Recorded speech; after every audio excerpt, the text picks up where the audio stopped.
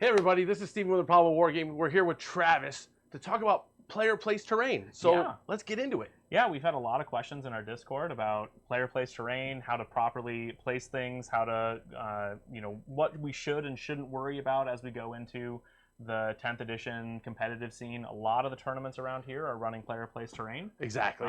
So yeah, you invited me to come on over and talk about player place terrain and figure out what we should and shouldn't do. Well, I figured while we're getting into it, like just to give you a little props. I mean, you won an RTT which had player place terrain. I did, yeah. It was clearly a big part of your game plan, knowing that. Yep. And so I figured, let's get you here. Let's talk about kind of the techniques and methods you use to kind of help set you up for a victory, as well as talk about my feelings and other armies we can talk about. Absolutely. And just as a disclaimer for those of you who are watching the video, if you don't necessarily play in our area, these rules might be slightly different from the tournaments that you play. In 40K does not have an overarching government body where they say, hey, you have to play tournaments this way. These are just the player place terrain rules that are being used within our area, which is in the Midwest.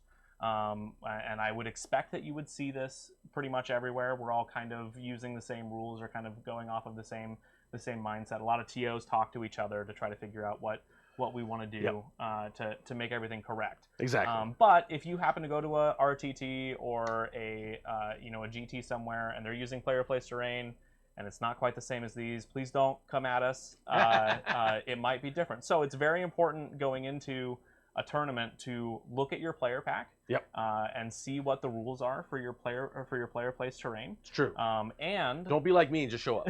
And look at the missions that are going to be played, because usually player packs will tell you ahead of time what missions you're going to be playing going into it. Exactly. And that absolutely can play a big part into how you're going to place your terrain and how you want to run your mission. Oh, exactly. And things have changed a lot from 9th. So a lot of my experience with player place terrain for LVO and other events are mostly 9th based. I've had now, as a judge, I've had now my first round of helping with this, but it definitely has changed a lot and kind of caught my eye with a few details. Yeah. So a couple of things that have hugely changed from the 9th edition season to 10th edition season for player place terrain now. There's a couple of new rules. So in 9th edition, you could place your terrain basically all the way up to the center of an objective.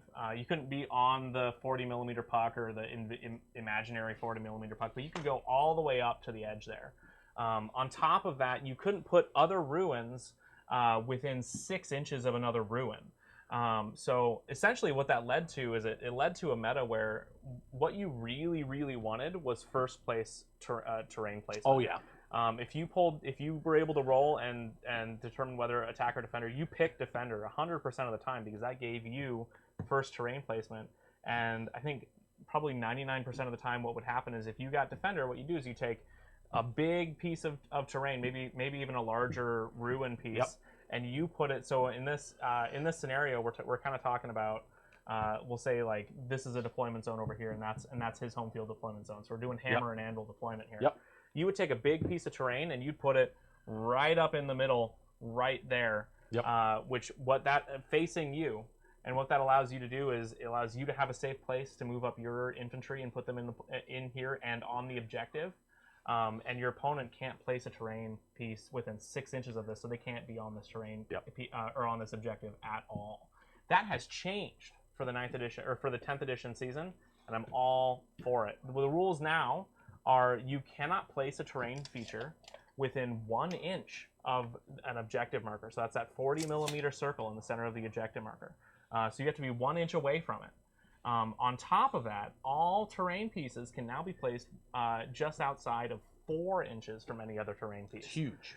So what that means is, say I get first terrain placement, and I'm trying to do the same trickery that we did in the 9th edition season, right? I can only put my terrain piece right up to about here, where I have to be 1 inch away from that objective marker. So I can put it here, still give myself a good place to move up and be here and still touch the objective. The objective is still inside this terrain feature. However, my opponent can now put their terrain piece 4 inches away from my terrain piece, which still gives them the option to put their terrain piece on the objective.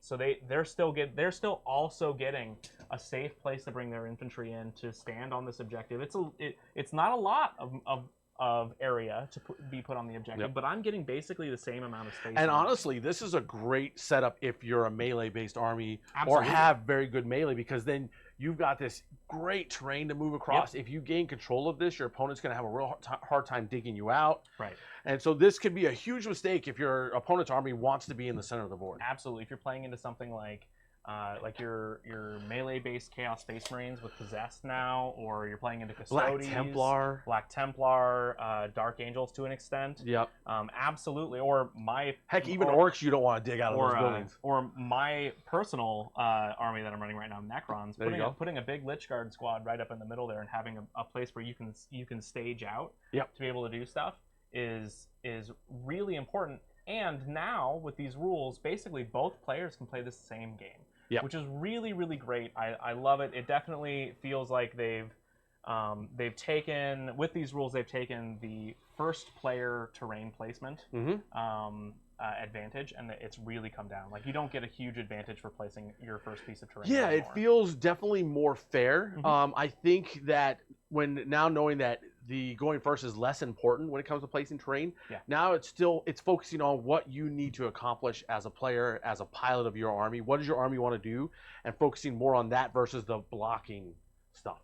Absolutely. So that's kind of where we're kind of leading to is, what do we want to do now with the new rules, the new ways of doing player place terrain, and kind of, we don't have all the armies between us to play, but we can at least focus on the ones that we're good at or that we like, right? So how would a Necron player, for instance, want to do?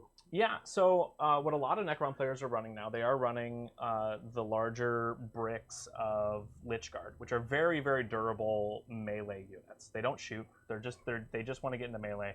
They want to get onto points, and they want to stand on points and just hold things, because they're super hard to move. And so one of the first things that I think about when I'm going into a mission is, first of all, I look at the mission that's detailed out in your player pack. More than likely.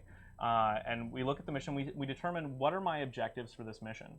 A lot of missions in the Games Workshop GT pack, right, where people are picking from these pre-existing missions, a lot of them are no longer the Control 1, Control 2, Control More missions.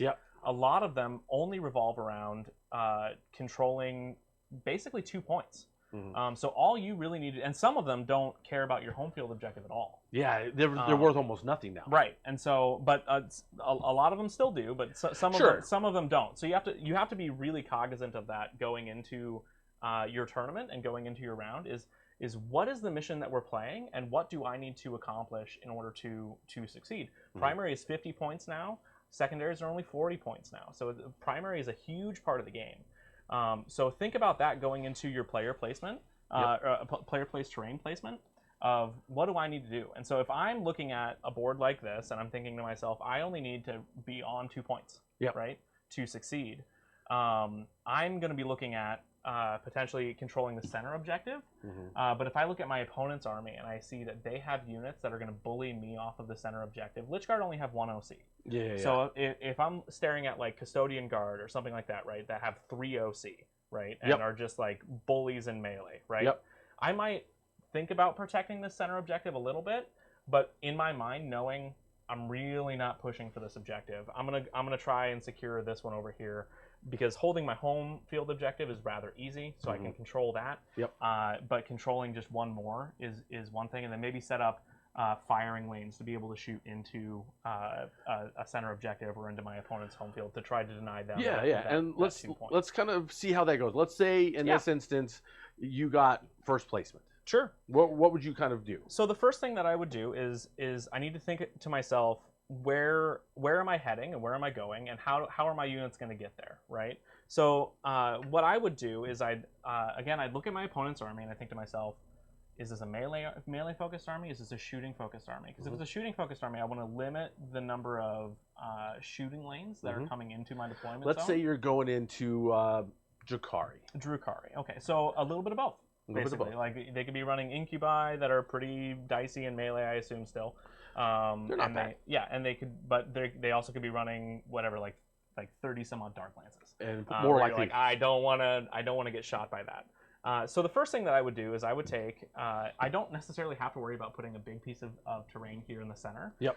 What I'm more concerned about is controlling my pathways of movement and controlling my my firing lanes that are coming in. Yep. So the first terrain placement that I put might honestly be something more like I'll take a big piece of terrain and set it so that it's defending my home field objective, Yeah. but is also somewhat out in the middle here so that it's setting up a movement into the center if I feel like I want to take the center. Yeah. So basically what it's doing is it's allowing me to deploy in my deployment zone still inside this building. Yep. And still be safe from any shooting that's going on. But putting something all the way up here like this might not benefit me because honestly I can't deploy into this building. Yeah. If I don't get turn 1, then I'm kind of screwed.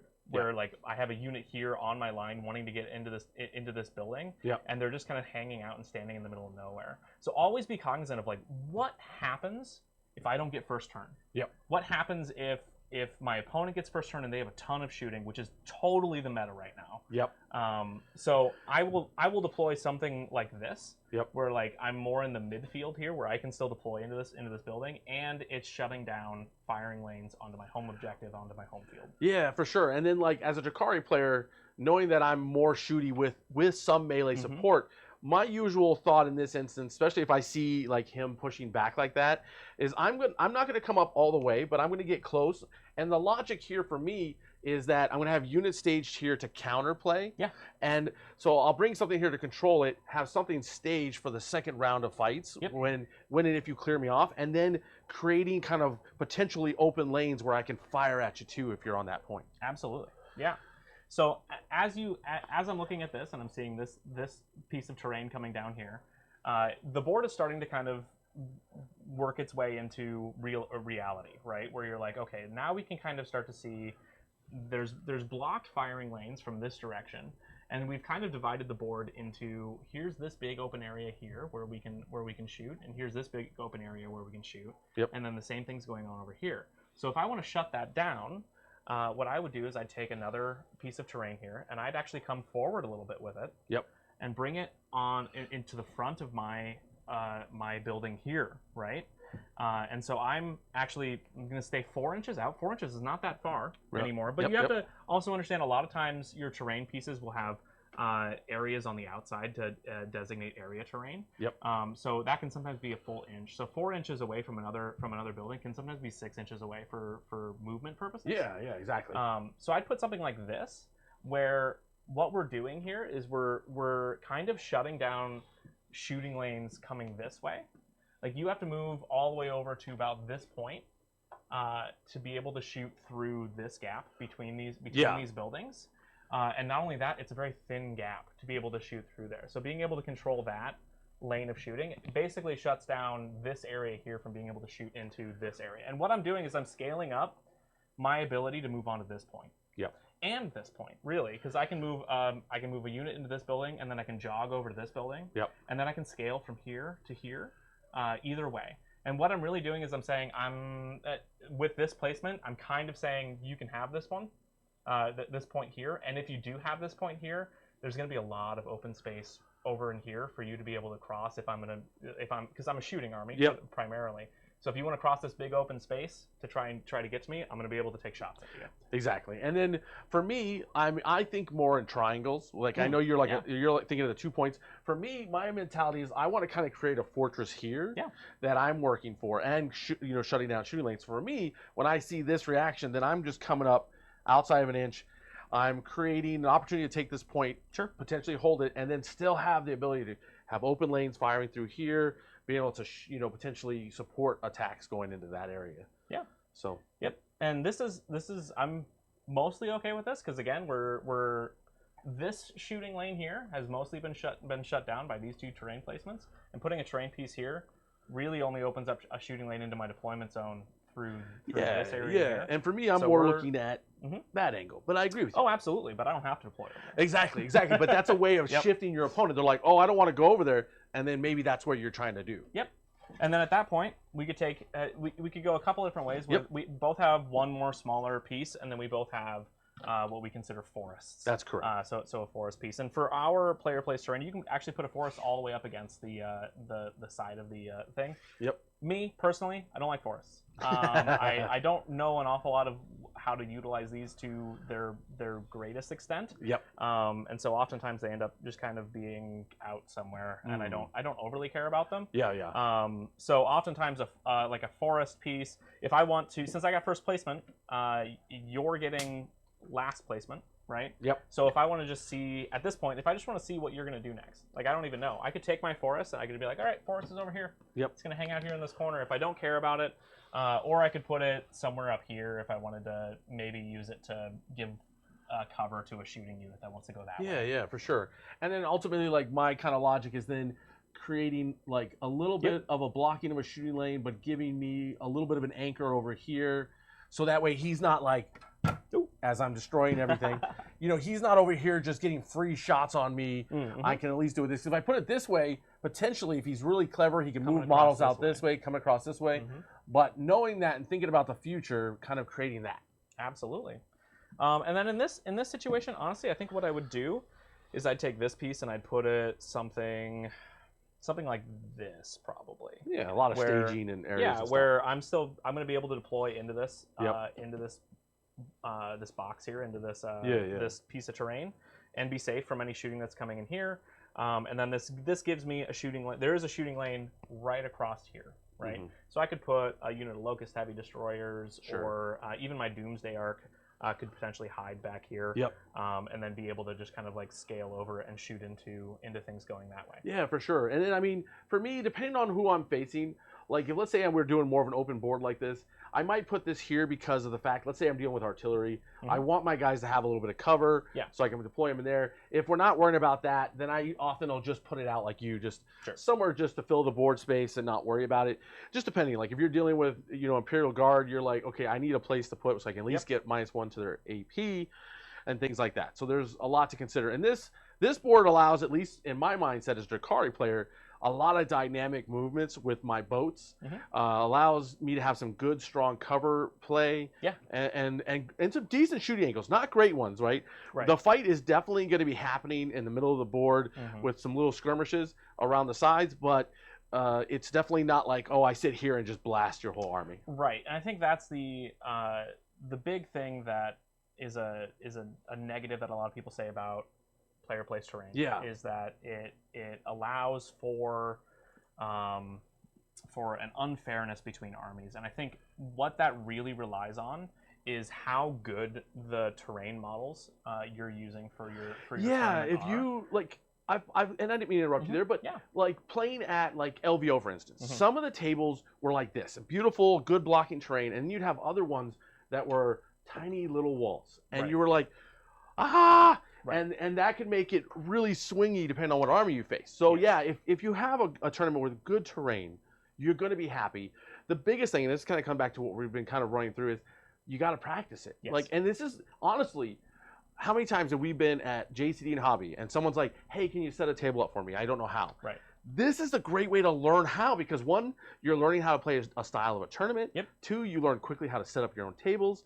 And it encourages you to practice and experiment with terrain layouts. And I think it also really encourages you to really think about your army and what your army wants to do. Because if you're going into a game and you're like, I just threw together a list and this is what we're playing and I don't know how well it's going to go and I don't have a game plan. Then when you come to player place terrain, you're going to get really confused as well, because you're like, oh, I don't know, we'll put a thing out here. Like I don't really know what I want to do in the first place. And so being able to come to the table, look at the mission, look at your army, know exactly what you need to do in order to score points, which is winning the game. Just score more points than your opponent, right? Then that allows you to have a better mindset when it goes into player place terrain of like, what do I need to do? Where do I need to put stuff down? And I 100% am if you're learning the game and you're getting into it and you're like, hey, I want to do more competitive stuff. First of all, join the Discord, because we love to talk about all that stuff and really help people out. And second, it's important for you to really know your army. Don't necessarily worry about having to really know the ins and outs of everybody else's army or how they want to do stuff. focus primarily on your army, on what you do well, on how you play as a player. Yep. Like your style. For instance, I bring a monolith for Necrons. Not a lot of Necrons are bringing monoliths. Yep. Although you wouldn't think that from the RTT, because every Necron player there had a monolith. Exactly. Which I was here for. It was so good. Just that so wonderful. Midwest I know, mindset, right? But like, I love the monolith because it fits my play style, and it's really, really cool for me. Yeah. So just knowing what your play style is and what your army and let's give a little example of that. Now, this is something I learned from a Chaos Knight player, which at LVO, which really impressed me. Right. What does a Chaos player want? Lots of shooting lanes, big open places to walk through. Yeah. And when I played him, what he did is he grabbed, and here, we'll switch the view for you so you can kind of see down. Yeah. Is he grabbed the smallest piece of terrain he could find, and he faced it away from him. So instead of having this way, right, where you can hide under it, he's not hiding under this. He faced it. He faced it he faced it where like he took the terrain. This is old rules. He took it where he could face the terrain, so that when you came onto this objective, there was no place to hide. Right. You're now inside. You're inside the building, but it's completely open and you can be shot at. Exactly. Yeah. So he literally, like, when I remember he set up his table, he literally was like, I'll just put this over here like this. Right. It's like, let's open it up. Right? He just opened the whole thing. He's like, you can see me anyways. I'm just going to have a big open table. Right. And then he had just a couple things he'd hide behind, but if you got over here, he was, he could get you. Yeah. And it's just a different way of thinking, because he's a knight player. So he's got big open lanes to shoot through. Yep. And now you're like setting up and going, oh my gosh, I'm basically just hiding. Because everywhere I walk out to now is giant shooting lanes. Yes. I mean, but you wouldn't do this. And you hope that you're not a melee army. Yeah, exactly. If you're a melee army, you're in big trouble. But that's the point, right? Knowing your army and what it wants to do and what it does well allows you to do a crazy setup like this where you're like, what?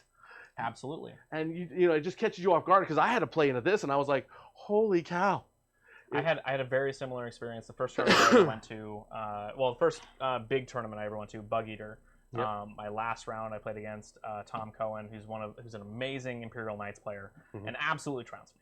Yep. Like he destroyed me, and he taught me in that game some very interesting things as far as player place terrain goes.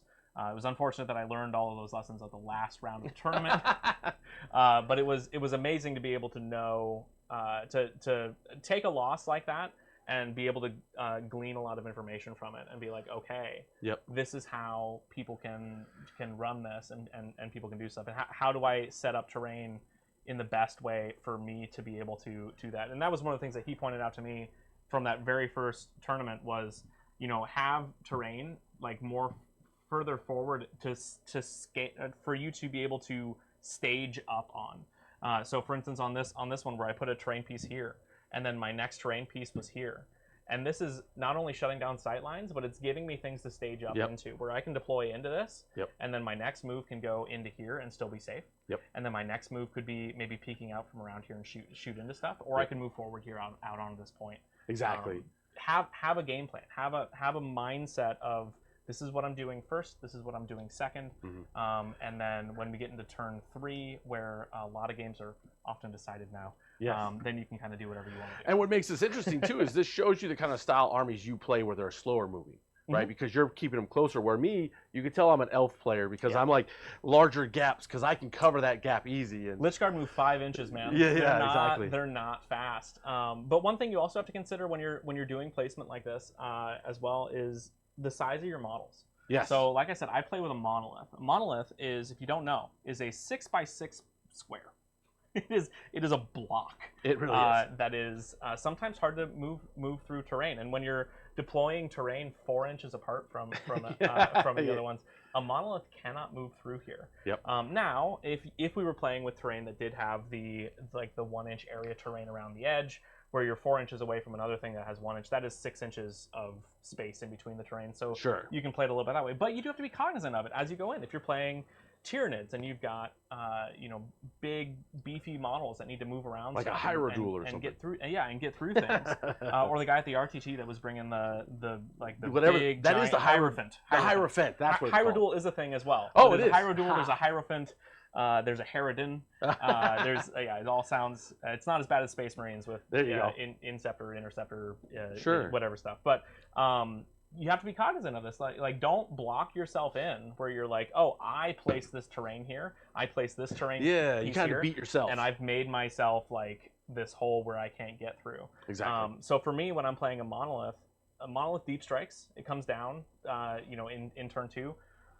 99% of the games, I'm deep striking it because the way the meta is right now, it's just going to get shot off the board if I don't get turn 1. Yeah. So we don't put it on the board. We keep it in deep strike. And I just have to think to myself, where do I want this monolith to come in? Yep. And surprise to my opponents, oftentimes it's not in their deployment zone, although they will screen it out. They'll make sure that they have units in every corner back there to make sure that there isn't a monolith coming in. And I'm like, joke's on you. That's not my game plan. My game plan is to bring it down probably here. Yeah. Where I've got, this terrain piece and I've got another smaller one here or something. So it's coming down, and I'll make sure that there's 6 inches here so that it can still come through and do its monolith thing to try to bully the mid board. But that's my plan, is to bring it down here. It's a big gun thing that just shoots into stuff and moves forward and hopefully takes over the board. Oh yeah, for sure. Now, I think we've covered a lot of information at this point. The biggest thing to keep in mind is before we wrap up the video is if you're new here, hit the like, hit the subscribe, the bell icon. Yeah. Write questions below, because we can kind of add content to this first round of how-tos and whatnots to we're doing like basically a 12 to 14 week series of a lot of different aspects of the tactical part of this game to help our local community as well as abroad with better ways to play the game. So as always, just wait for more videos. If you're a Patreon, you're going to get this a week before everyone else as individualized content. And then, of course, if you're in our Discord, you're going to hear about all sorts of goodies that are going on. We have constant conversations about strategies and tactics and things like that. Yep. So check all that out. And then, of course, we will see you in the next video for sure. My name is Steven, and this is... I'm Travis. The RTT Champion, and we will talk to you later.